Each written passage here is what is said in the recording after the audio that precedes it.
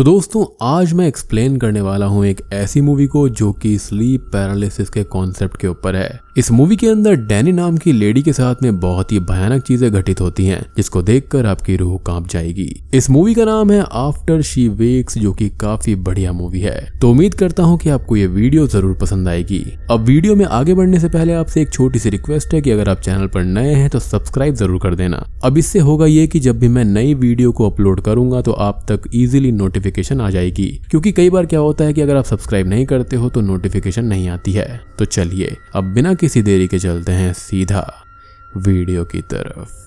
Movie की starting में हमको डैनी नाम की एक लेडी को दिखाया जाता है जिसके हमें कुछ फ्लैशबैक दिखाए जाते हैं। एक दिन जब डैनी और उसका हस्बैंड माइकल अपने 2 बच्चों के साथ में, जिनमें से बहन होती है कैसी और दूसरा एक न्यू बॉर्न बेबी था, वो कार से ड्राइव करते हुए कहीं पर जा रहे थे। लेकिन अनफॉर्चुनेटली बीच में ही डैनी की आंख लग जाती है, जबकि उसको कॉफी पीने के लिए कहा गया था, लेकिन वो ये कहती है कि वो ठीक रहेगी। जिसके तुरंत बाद ही उनका एक्सीडेंट हो जाता है। लेकिन इस एक्सीडेंट में डैनी, माइकल और कैसी तो बच जाते हैं, लेकिन जो उनका न्यू बॉर्न बेबी होता है वो नहीं बच पाता और डैनी पर इसका बहुत बुरा असर पड़ता है। अब मूवी प्रेजेंट टाइम में आती है, जहां पर डैनी अपनी बेटी के साथ कार ड्राइव करते हुए घर जा रही होती है। लेकिन तभी उसे कुछ फ्लैशबैक आने लगते हैं, जिसके बाद में वो अनकंफर्टेबल होकर वॉमिटिंग करने लगती है। लेकिन उसकी बेटी इस चीज को रिकॉर्ड करती है, जो कि ये सिंबलाइज करता है कि उसकी डॉटर एक फोन एडिक्ट थी। अब यहाँ से दोनों घर पहुंचते हैं, जहां पर कैसी अपने घर के आगे जंगल की तरफ देखकर किसी अननोन पर्सन को हाई कर रही थी, लेकिन ये रिवील नहीं किया जाता कि वो पर्सन कौन था।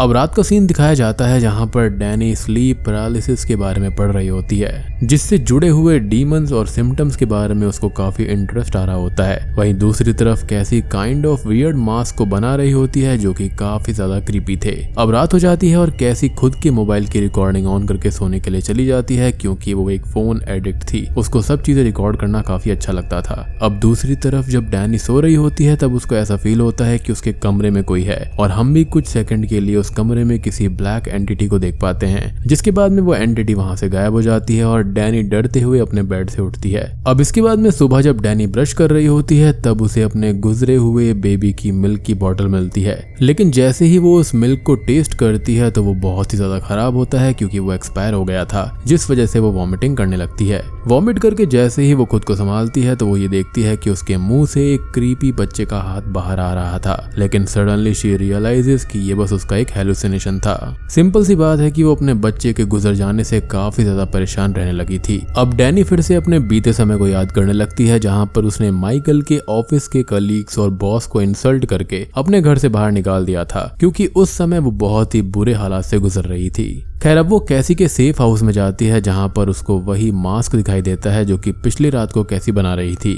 डैनी कैसी से पूछती है कि तुम इस सेफ हाउस में क्यों रहती हो, जिस पर वो कहती है कि मुझे अपने कमरे में डर लगता है, जैसे कि वहां पर कोई हो। लेकिन डैनी इस बात को इतना सीरियस नहीं लेती और इसको इग्नोर कर देती है। साथ ही साथ हमको ये भी पता चलता है कि माँ बेटी के जो बीच के रिश्ते थे वो उतने अच्छे नहीं थे। खैर अब आगे हम कैसी को देखते हैं, जो कि अपने ही बनाए हुए मास्क को पहनकर एक ओपन फील्ड में घूम रही होती है। तभी उसे एक डेड बर्ड मिलती है, जिसके ऊपर वो एक कॉन्क्रीट का पत्थर भी डाल देती है। लेकिन उससे पहले कि वो रिकॉर्डिंग करती है, और इस समय कैसी काइंड ऑफ पॉसेस लग रही थी। अब हम ये भी देख पाते हैं कि उस एक्सीडेंट के बाद में, यानी कि उस हादसे के बाद में, डैनी और माइकल अलग अलग रहने लगे थे। लेकिन डैनी माइकल से ये पूछती है कि वो घर कब आएगा, जिस पर माइकल कहता है कि शायद उसे अभी समय लगेगा। लेकिन यहाँ पर हम रियलाइज कर पाते हैं कि माइकल अपनी फैमिली को इग्नोर कर रहा था। अब उसी रात को जब वो और उसकी डॉटर सो रहे होते हैं, तभी अचानक से ही कैसी पोजेस हो जाती है और हेल्प हेल्प चिल्लाने लगती है। हेल्प की आवाज सुनकर डैनी की आंखें खुल जाती हैं, लेकिन आंखें खुलने के बाद भी डैनी अपनी बॉडी को मूव नहीं कर पा रही थी, यानी कि उसे उस समय स्लीप पैरालिसिस हुआ था। लेकिन तभी उसी समय उस रूम के अंदर वही सेम एंटिटी फिर से हमको देखने को मिलती है। वो बहुत कोशिश करके अपनी बॉडी को मूव करती है और भागते हुए कैसी के रूम में जाती है, जहां पर वो आराम से सो रही थी, जिसका मतलब ये है कि ये डैनी का ड्रीम था। अगली सुबह जब डैनी कैसी के फोन को चेक करती है तो उसमें उसे पिछली रात की रिकॉर्डिंग दिखाई देती है, जहां पर कैसी एक अननोन पर्सन से बात कर रही थी, जिसमें हेल्प वाली वीडियो भी थी।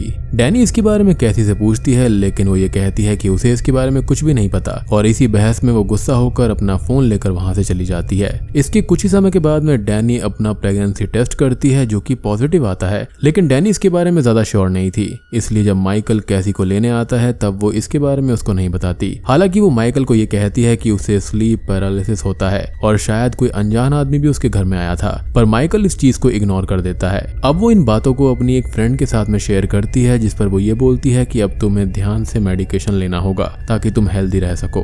लुक्स लाइक वो किसी एंटी डिप्रेसेंट पिल्स के ऊपर भी थी। अब अगले सीन में हम देखते हैं कि डैनी अपने घर में कहीं जा रही होती है, पर तभी उसे किसी बच्चे की रोने की आवाज आती है, जो कि मेरे ख्याल से उसके गुजरे हुए बच्चे का ट्रॉमा होगा। जब वो उस कमरे में एंटर करती है तो ऑफ कोर्स उसका वो इल्यूजन होता है, जहां पर उसे अपने लेट बेबी की कुछ पुरानी चीजें देखने को मिलती हैं। उन्हीं चीजों में से एक चीज उसके बेबी का पुराना कपड़ा भी होता है, जिसे हाथ में लेते ही एक डरावना मॉन्स्टर डैनी को पकड़ लेता है और तभी डैनी बहुत जोरों से चिल्लाती है, जिसके बाद उसकी आंख खुलती है और वो खुद को अपने घर के बैकयार्ड में पाती है। यानी कि अभी तक उसने जो कुछ भी देखा था वो सिर्फ उसका एक नाइटमेयर था और वो काफी लंबे समय से यहीं पर लेटी हुई थी। अब वो घर के अंदर जाती है और डिनर करते हुए उसकी बेटी उसको बोलती है कि कल उसके पापा की एक फ्रेंड आई थी जो कि काफी अच्छी लेडी है, पर वो आगे इसके बारे में कुछ और रिवील नहीं करती और डैनी भी काइंड ऑफ इस बात को मजाक लेती है। अब रात में जब डैनी सो रही थी तो उसे और डरावने नाइटमेयर्स आने लगते हैं। अचानक से उसकी आंख खुलती है और वो रियलाइज करती है कि वो अपनी बॉडी को मूव नहीं कर पा रही, यानी कि वो फिर से स्लीप पैरालिसिस में चली गई थी।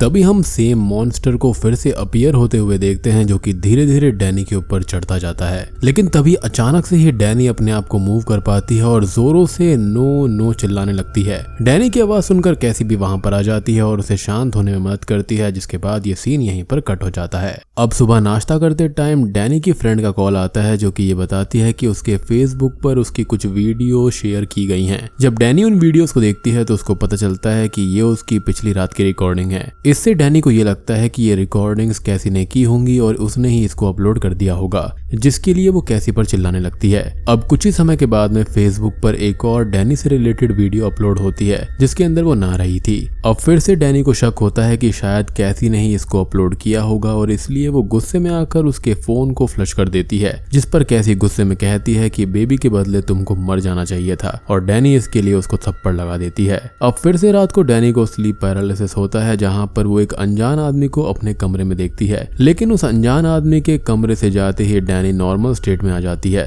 जहां पर वो भागते हुए कैसी के पास में जाती है और उसे एक कमरे में बंद कर देती है। पर तभी अचानक से वो आदमी डैनी को पीछे से पकड़ लेता है और उसके कुछ ही समय के बाद में डैनी बेहोश पड़ी हुई रहती है। अब जैसे ही उसकी आंखें खुलती है तो वो भागते हुए कैसी को देखने जाती है, जहां पर वो आराम से सो रही थी। ये सब जानने के लिए कि घर में हो क्या रहा है, इसलिए डैनी कैमरा रिकॉर्डिंग ऑन करके उसके ही बाजू में सो जाती है। अब अचानक से ही जब उसकी आंखें खुलती है तो वो ये देखती है कि कैसी उसके बाजू में नहीं है। कैमरा रिकॉर्डिंग चेक करने के बाद में उसको पता चलता है कि उसी आदमी ने कैसी को किडनैप कर लिया है। अब वो भागते हुए जंगलों की तरफ जाती है, जहां पर उसको कैसी मिल तो जाती है, लेकिन तभी उसे एहसास होता है कि वो आदमी फिर से आ रहा है, जिससे बचने के लिए डैनी अपने पूरे शरीर पर मिट्टी लगा लेती है और उस आदमी के वहां से जाते ही वो कैसी को लेकर घर आ जाती है। लेकिन जैसे ही वो दोनों घर पहुंचते हैं वो इंट्रूडर फिर से उन पर अटैक करके उनको बेहोश कर देता है। और दोस्तों, अब यहाँ पर खुलते हैं इस मूवी के पहले असली पत्ते। अब जैसे ही डैनी को होश आता है तो वो अपने सामने माइकल को देखती है। जी हाँ, और तब माइकल रिवील करता है कि वो इंट्रूडर उसने ही भेजा था। यहाँ तक कि रोज जो मास्क पर्सन उनके कमरे में आता था वो भी माइकल ही था, और ये सब करने के पीछे रीजन ये था कि माइकल को डैनी से नफरत हो गई थी। उसको ये लगने लगा था कि जो उसके बेटे की यानी कि न्यू बॉर्न बेबी की डेथ हुई थी वो डैनी की वजह से हुई थी और इस चीज के लिए वही जिम्मेदार है। साथ में माइकल को ये भी लगता था कि डैनी की मेंटल कंडीशन सही नहीं है, जिसकी वजह से इसका कैसी पर बुरा असर पड़ सकता है। इसलिए वो हमेशा के लिए डैनी को मारना चाहता था और उसको पागल साबित करना चाहता था। लेकिन तभी डैनी कहती है कि वो प्रेग्नेंट है, लेकिन इस बात पर भी माइकल बिलीव नहीं करता और उसी वक्त डैनी माइकल के गले में किसी शार्प ऑब्जेक्ट से स्टैब करके वहां से भाग जाती है और साथ में भागते हुए माइकल का गन भी ले लेती है। अब डैनी भागकर उसी अननोन पर्सन के पास में आती है और उससे कैसी के बारे में पूछती है, लेकिन वो कहता है कि उसे नहीं पता कि वो कहां पर है, जिस पर डैनी उसको भी शूट कर देती है। साथ ही साथ यहाँ पर डैनी को ये भी लग रहा था कि माइकल का किसी और के साथ में अफेयर चल रहा है। खैर अब वो एक पेड़ के सामने कैसी को पजेस हालत में देखती है और तभी पीछे से माइकल आ जाता है जो कि बहुत ही बुरी तरह से इंजर्ड होता है। डैनी उस समय ज्यादा कुछ नहीं सोचती और माइकल को एक बड़े से पत्थर से मार देती है, लेकिन तभी वहां पर पुलिस आ जाती है और दोनों को बचा लेती है। और उस वक्त कैसी डैनी से कहती है कि मॉम मैंने आपको माफ कर दिया है। पर सबसे बड़ा मूवी का ट्विस्ट अब आता है। अब जैसे ही ये सब खत्म होता है तो डैनी की आंखें फिर से खुलती हैं और वो खुद को बेड पर पाती है और उसके सामने माइकल बिल्कुल सही सलामत होता है। यानी कि ये सब डैनी का एक और नाइटमेयर था। और मुझको ऐसा लगता है कि ये सारी चीजें उसके माइंड में ही चल रही थी और उसको मेंटल इश्यूज हो गए थे जिस वजह से उसको स्लीप पैरालिसिस हुआ करता था। बेसिकली ये उसकी इनर फीलिंग्स थी जो कि उस एक्सीडेंट के बाद में हुई थी, या फिर ये भी हो सकता है कि वो स्टार्टिंग में ही सभी लोग मर गए होंगे जिसके बाद में ये सारी चीजें वो सोच ही रही होगी। यानी कि उसकी सोल जो थी वो ये सारी चीजें सोच रही होगी और वो इसी धरती पर अटक गई थी क्योंकि उसकी जो इच्छाएं थी वो अधूरी रह गई थी। और बूम, इसी के साथ में ये मूवी यहीं पर खत्म हो जाती है। तो बेसिकली इस मूवी की जो एंडिंग है ना वो डायरेक्टर ने व्यूअर्स पर छोड़ दी है। यानी कि इसकी जो एंडिंग है वो काइंड ऑफ ओपन है। यहाँ से आप जो कुछ भी अंदाजा लगाना चाहते हैं आप खुद से लगा सकते हैं। जैसे कि या तो ये डैनी के साथ में वाकई में हो रहा था या फिर ये उसके दिमाग की उपज हो सकती है जो कि वो अपने स्लीप पैरालिसिस के दौरान सोचती होगी।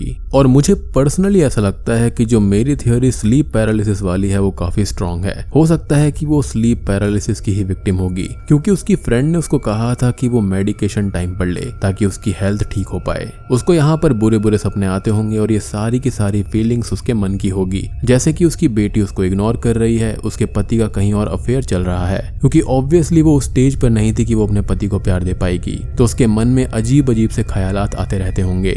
या तो फिर ऐसा भी हो सकता है कि ये पूरी ही कहानी उसके दिमाग में थी, यानी कि उसके बच्चे का कभी एक्सीडेंट हुआ ही नहीं, ना ही उनका एक्सीडेंट हुआ था। वो स्टार्टिंग से ही स्लीप पैरालिसिस की और मेंटल कंडीशन की शिकार रही होगी जिसकी मेडिकेशन भी वो खा रही थी। हो सकता है कि ये उसके साइड इफेक्ट्स होंगे। अब यहाँ से आप कुछ भी अंदाजा लगा सकते हैं, लेकिन जो मेरी थ्योरी है वो कहती है कि यहाँ पर स्लीप पैरालिसिस वाली काफी ज्यादा स्ट्रॉन्ग एविडेंस है। खैर आप मुझे बताना कि आपका इस मूवी के बारे में क्या ख्याल है, इसकी एंडिंग के बारे में क्या ख्याल है और आपकी क्या थ्योरी है। तो वीडियो पसंद आई हो तो लाइक कर देना, चैनल पर नए हैं तो सब्सक्राइब कर लीजिए और अपनी थ्योरी जरूर बताना कमेंट सेक्शन में। तो मैं आप सबको मिलता हूँ अगली वीडियो के साथ में, तब तक के लिए